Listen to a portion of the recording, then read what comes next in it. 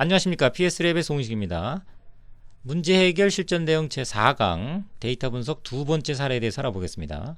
네, 보시는 바와 같이 데이터가 한 개 열로 수집된 그런 그 일별량 자료에 대한 분석입니다. 네, 지금 뭐 공간상 제약으로 여러 개 열로 되어 있습니다만 한 개의 열로 수집이 된 경우고요.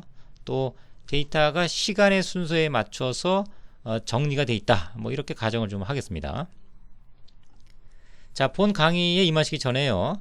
사전 학습이 꼭 좀 필요한데요. 저희 인터넷 강의 홈페이지 보시면 탐색적 자료 분석 섹션이 있습니다. 거기에 데이터 분석, 탐색적 자료 분석 10강, 일별량 케이스 스터디, 네, 본 내용을 먼저 시청을 하시고 들어오시면 내용을 이해하시는데 많은 도움을 받을 수가 있겠습니다. 참고로 이제 10강 같은 경우는 표준 데이터를 쓴다 그랬죠. 그래서 평균과 표준 편차를 알고 있고 정규성을 띠는 그런 거 정리화된 데이터를 가지고 분석이 진행됩니다. 따라서 결과는 예측이 되는 반면에 강의의 초점은 분석 과정에 이제 맞춰서 설명을 드리고 있습니다. 자, 일단 분석에 들어가기 전에요. 일별량 자료 같은 경우는 기본 가정을 4개를 둔다 그랬죠. 그래서 일정한 대표값에 대해서 이제 런 차트 시각적으로 분석을 하고요. 또 기울기를 정량적 분석을 해서 기울어져 있다. 그러면은 일정한 대표값이 존재하지 않는 거죠. 그래서 시각적인 분석과 정량적 분석을 병행을 한다고 그랬고요. 또 변동이 일정한가 그에 대해서도 런 차트로 확인하고 시각적으로는 그 다음에 정량적으로는 이제 등분상 검증을 통해서 P-밸류로 일정한 변동이 존재하는지 여부를 판단한다고 그랬습니다. 또 임의성은 이제 레그 플랫, 정량성은 자기상관 함수와 자기상관도를 이용해서 확인이 이루어지고요. 또 일별량 자료를 설명할 수 있는 그런 분포가 존재하는가 그것을 이제 그래피컬 썸머리 여기에는 히스토그램과 상자 그림 그리고 기술 통계량을 확인을 한다고 그랬습니다. 또 노멀 프로바빌리티 플랫 정규 확률 그림을 통해서 여러 가지 패턴 분석이 가능하다고 그랬죠. 정량적으로는 이제 정규성 검정의 P-밸류를 통해서 정규 인프 여부를 이제 판단한다고 했습니다. 자, 이와 같은 기본 가정을 그래프 분석과 정량적 분석으로 병행해서 진행하면서 우리가 예측하지 못했던 그런 그 변동성이 데이터에서 발견이 되면 이건 프로세스에 어떤 문제가 있구나 뭐 이런 그 징후로 본다는 얘기죠. 그래서 사실 분석으로 들어가서 프로세스에서 그 근본 원인을 찾아내고 그것을 제거하는 이런 그 개선의 활동으로 연결된다고 그랬습니다. 자, 본 주어진 데이터를 활용을 해서요 쭉 그 시연을 하는 그런 분석 과정을 설명을 드리도록 하겠습니다. 네, 우선 우리가 미니 탭으로 좀 갈게요. 자, 첫 번째 일정한 대표값이 존재하느냐. 자, 그래서 탐색적 자료 분석 관점이죠. 우리가 시각화 툴을 이용하는데 그걸 런 차트라고 그랬습니다. 런 차트를 부분고는 이제 1이고요. 이용해서 우리가 이제 분석을 해보면 네, 이와 같은 이제 결과가 나왔네요. 자, 이 내용에서 평균이 지금 60입니다. 60이 지금 타점들이 이렇게 좀 올라가서 일부 군이 평균이 좀 변형된다든가 또는 뭐 평균이 타점들이 등락을 해서 평균들이 그들의 그 부분군의 평균들이 오르고 내리고 이런 현상을 보인다든가 여러 가지 그 평균의 변화가 관찰되는가 이런 관점이죠. 근데 지금은 그런 현상이 발견되는 것 같지는 않아요. 평균이 일괄적으로 유지되고 있는 듯한 그런 현상을 띠고 있습니다. 그래서 일정한 평균이 대표값이 존재한다라는 데 좀 무게중심이 있는데 자, 이 부분은 기울기를 통해서 정량적으로 확인할 수가 있다고 그랬어요. 그래서 인덱스를 둔다 그랬죠. x를 대변하는 수작업으로 불편하지만 과정을 설명하기 위해서 인덱스를 넣으면요. 네, 이와 같이 1부터 전체 데이터 수량만큼 인덱스를 넣습니다. 요것이 이제 x에 해당되는 거죠. 그래서 회귀 분석에 회귀 분석 들어가서 네, 원래 데이터는 이제 y가 되고요. 인덱스는 이제 x가 됩니다. 네, 이와 같이 해서 이제 분석을 했을 때 네, 전차 분석은 이제 필요 없습니다. 우리가 기울기를 보면요. 인덱스의 기울기를 보면 이제 0.216으로 유의 수준 5%에서 유의하지 않죠. 네, 즉 기울기가 없다. 뭐 이런 어떤 결과를 우리가 알 수가 있고요. 그것은 우리가 시각적으로 확인한 내용과 일치를 합니다. 따라서 일정한 대표값이 존재한다. 이제 우리가 이것은 가정이니까 예측한 대로 이제 확인이 된 내용이 되겠습니다. 자, 두 번째는 일정한 변동이 존재하는가. 지금 그 런 차트를 보면 시각적으로 60을 기점으로 해서 한 플러스 마이너스 15 영역, 75, 한 45 영역 내에 대부분의 데이터가 일정하게 분포하는 것으로 보여집니다.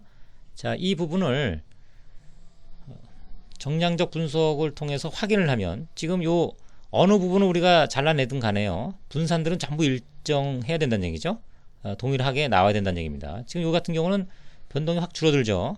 그리고 요건 변동이 조금 올라가다가 내려가는 듯한 그런 형태를 띄워요. 그래서 요 영역을 하나 잘라내고요. 그 다음에 요 영역이 포함되도록 잘라내서 나머지와 등분사하는지를 이제 점검하는 뭐 그런 필요성이 좀 있을 것 같습니다. 그래서 한 여기까지 하나 잘라내고 여기서부터 한 115부터 네, 한 215 정도, 115에서 215, 115에서 215, 그 다음에 한 330, 뭐 이렇게 잘라보도록 하겠습니다. 그래서 일단 115에서 1부터 이제 115까지 하나 자르고요. 뭐 큰 어떤 뭐 정확하게 자르지 않아도 됩니다. 그래서 1부터 처음부터 한 115 영역까지 이와 같이 좀 잘라내고요. 그래서 한 개의 부분군을 형성합니다.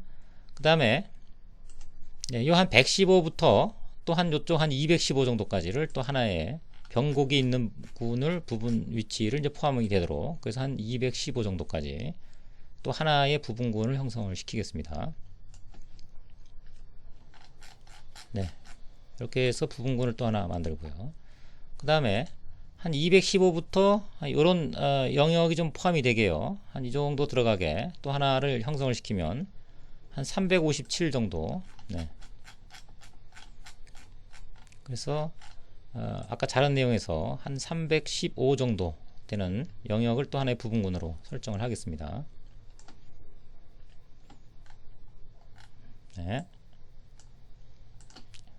그 다음에 나머지 전체를 또 하나의 또 부분군으로 만들겠습니다. 이것은 임의적으로 눈으로 확인을 해 가면서 그 부분군을 형성을 해야 되기 때문에요.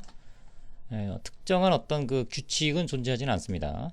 단지 어떤 그 변동성이 있는 부분만 하나의 부분군을 형성을 시켜서 그들 간의 등분산 여부가 존재하는지를 이제 통계적으로 확인하는 내용이 되겠습니다. 그래서 D1, D2 뭐 이렇게 정의를 하고요. 네, 요거를 복사를 해서 일단 미니 탭으로 이제 옮겨 놓겠습니다.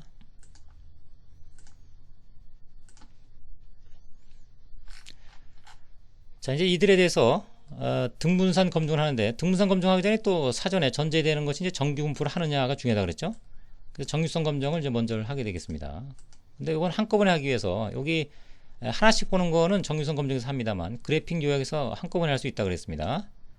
그래서 이 4개에 대해서 한꺼번에 정규성 검증을 수행을 해보면요. 네, 네 번째 부분군은 정규분포를 하지 않네요. 세 번째 부분군도 정규분포를 하지 않네요. 그 다음에 두 번째도 정규분포를 안 합니다. 첫 번째 것도 정규분포를 안 해요. 전부 정규분포를 안 하는 그런 상황이네요. 그런 등분산 검정은 그대로 진행을 합니다. 그리고 라벤느 검정을 통해서 확인을 하죠. 자, 등분산 검정에서 각계 열에 존재하니까 그 모듈을 선택을 하고 각계 열을 선택을 해서 분석을 하면요. 자, 이들은 정규성을 띄지 않기 때문에 요 위쪽 걸 보지 않고 라벤느라는 요 밑에 거를 봅니다. 정규분포를 하지 않는 상황에서 우리가 봤을 때 분산은 일정한 것으로, 그러니까 우리가 시각적으로 확인한 그런 예와 동일한 결과를 얻었다고 볼 수 있겠네요. 그런데 이것이 이제 정규성을 띄어야 되는가라는 측면에서 이건 프로세스에서 우리가 이 특성이 정규분포를 띄어야만 되는 그런 특성인가를 먼저 사전조사가 있어야 되겠죠. 정규분포를 띄어야 됨에도 불구하고 지금 전부 정규성을 띄지 않는다. 자, 이 부분에 대해서는 조금 더 고민을 해야 될 필요가 있겠습니다. 그런데 우리가 부분으로 잘라냈기 때문에 뭐 그런 부분도 영역 고려를 좀 해줘야 되겠습니다만, 어쨌든 정규성을 안 띄는 것에 대해서는 뭔가 좀 추가적인 고려사항이 있어야 되고요. 특히 다음 단계로 넘어가기 전에요, 우리가 런 차트에서 통계적으로 확인해 봤을 때 혼합물에 대한 그런 유의성 10%에서 유의순 10%에서 혼합의 가능성이 있다. 혼합은 데이터가 위와 아래로 이런 식으로 좀 섞여 있는, 일관되게 위의 영역과 아래 영역이 반복돼서 특정 영역에 몰려 있는 그런 형태가 관찰된다 그러면 이것은 하나의 그 혼합의 가능성을 우리가 표현한다고 볼 수 있고요. 또 진동에 대한 그런 그 가능성도 있네요. 그래서 본 데이터에서는 뭔가 분명한 어떤 징후가 있는 것으로 보여집니다. 그래서 일정한 대표값과 일정한 변동성은 확인이 되겠지만 혼합물과 진동에 대한 이런 그 유의성에 대해서는 별도의 사실 분석이 필요한 그런 내용으로 일단은 정리를 하고 넘어가겠습니다. 자, 다음은 임의성입니다. 랜덤 한가인데, 자, 랜덤성 여부는 시차 1을 먼저 구한다 그랬죠. 시차 1이라고 하는 건데 데이터가 하나씩 밀려서 쌍을 이루는 겁니다. 그래서 55는 60과 쌍을 이루는 뭐 이런 내용이라고 그랬죠. 그래서 그 시차 하나씩 미는 그런 내용은 시차란 기능을 이용해서요. 이 데이터에 시차 하나씩 밀린 그런 데이터를 우리가 얻을 건데 열을, 자, 그것은 C3에다가 놓도록 하겠습니다.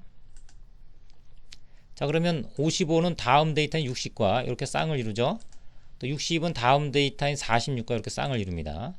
그래서 한 개 시차가 밀린 경우 이것이 상관성을 갖느냐라고 하는 거죠. 대부분의 요 한 개씩 밀린 데이터가 쌍을 이룰 경우 자기 상관이라고 그러죠. 상관관계를 유지하는 경우가 많다는 얘기입니다. 그래서 그 관계를 우리가 시각적으로는 산점도를 통해서 본다 그랬습니다. 자, 그래서 원래 데이터가 이제 y고요. 그 다음에 한 개씩 밀린 데이터를 x라고 보면, 네, 우선 그 레그 플랫이라고 그랬죠. 한 개씩 밀린 그런 데이터 쌍을 이뤘을 때 전혀 그 상관관계가 없는 것으로, 즉 무상관으로 보여지죠. 즉 자기 상관은 없는 것 같다. 뭐 이런 설명을 지금 우리가 보고 있습니다. 그리고 자기 상관에 대한 정량적 분석은 시계열 분석에 자기 상관이라고 하는 요 자기 상관도를 그린다 그랬죠. 그래서 원래 데이터에 대해서 시차는 뭐 전부 보도록 하겠습니다. 일단 이 자체를 가지고 정량적으로 분석을 하게 되는 거기 때문에 우리 탐색적 자료 분석을 설명했던 이 과정은 생략하기로 하겠습니다. 네, 이와 같은 그 자기 상관 함수를 통해서 보면 첫 번째 시차가 요거죠. 그리고 일정한 규칙, 요 두 번째는 요 두 번째씩 밀었을 때의 쌍을 얘기합니다. 지금 요 차수, 여기는 지금 빨간선을 넘어갔죠? 한계선을 41차수. 그러니까 첫 번째 데이터가 41번째 데이터와 쌍을 이루는 경우, 그리고 두 번째 데이터가 42번째 데이터와 쌍을 이루는 경우, 이런 경우는 상관관계가, 양의 상관관계가 있다는 걸 좀 보여주는 거죠. 그런데 이 정도의 그 시차의 어떤 상관관계는 사실은 고려할 필요가 크게 없다고 볼 수 있습니다. 우리가 중요한 거는 이제 첫 번째 데이터가 밀렸을 때, 그때의 자기 상관이 중요하거든요. 네, 그래서 현재 상태에서는 데이터 자체는 랜덤하다, 임의성을 띠고 있다, 뭐 이런 판단을 우리가 하고 다음 단계로 넘어갈 수 있게 되겠습니다. 자, 이제 일정한 분포가 존재하느냐라는 측면인데요. 일정한 분포가 존재하는지 여부는, 자, 우선 그 그래피컬 서머리 요약을 이용한다 그랬죠. 그래서 네, 무게라는 데이터를 전반적으로 우리가 보게 되면, 네, 일단 좌우대칭 종 모양으로 보이지는 않습니다.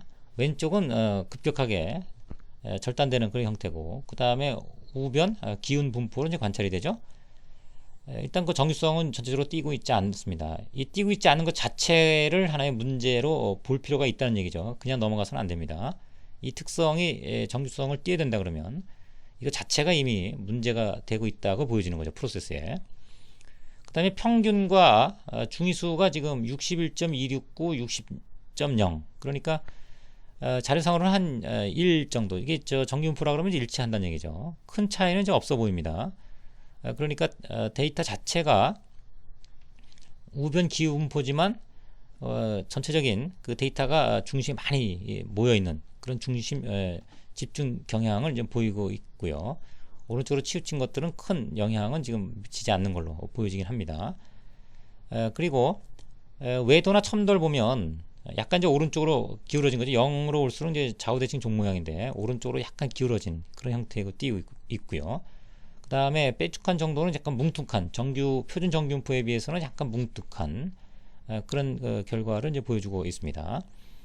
특히 이제 정규성을 띠고 있지 않는 그런 예에 대해서는 우리가 좀 고민을 좀 해봐야 될 사항인 것 같습니다. 이와 같이 이제 비대칭의 형태가 좀 극명하게 좀 보여지고 있기 때문에요. 자, 정유성 검정은 일단 정유성을 띄고 있지 않은 것으로 확인됐습니다만 패턴을 좀 통해서 보면요. 네, 약간 S자가 뒤집힌 형태, S자가 뒤집힌 형태는 우리 탐색적 자료 분석에 해당 그 강의 내용을 보시면 네, 이봉 분포의 어떤 가능성을 약간 염두에 둘 필요가 있다고 그랬죠. 네, 분포 두 개가 이제 섞여 있을 그런 가능성을 패턴 분석을 통해서 좀 느낄 수가 있습니다. 자, 일단 여기까지 하고요. 우리 저 파워포인트로 좀 돌아가면요.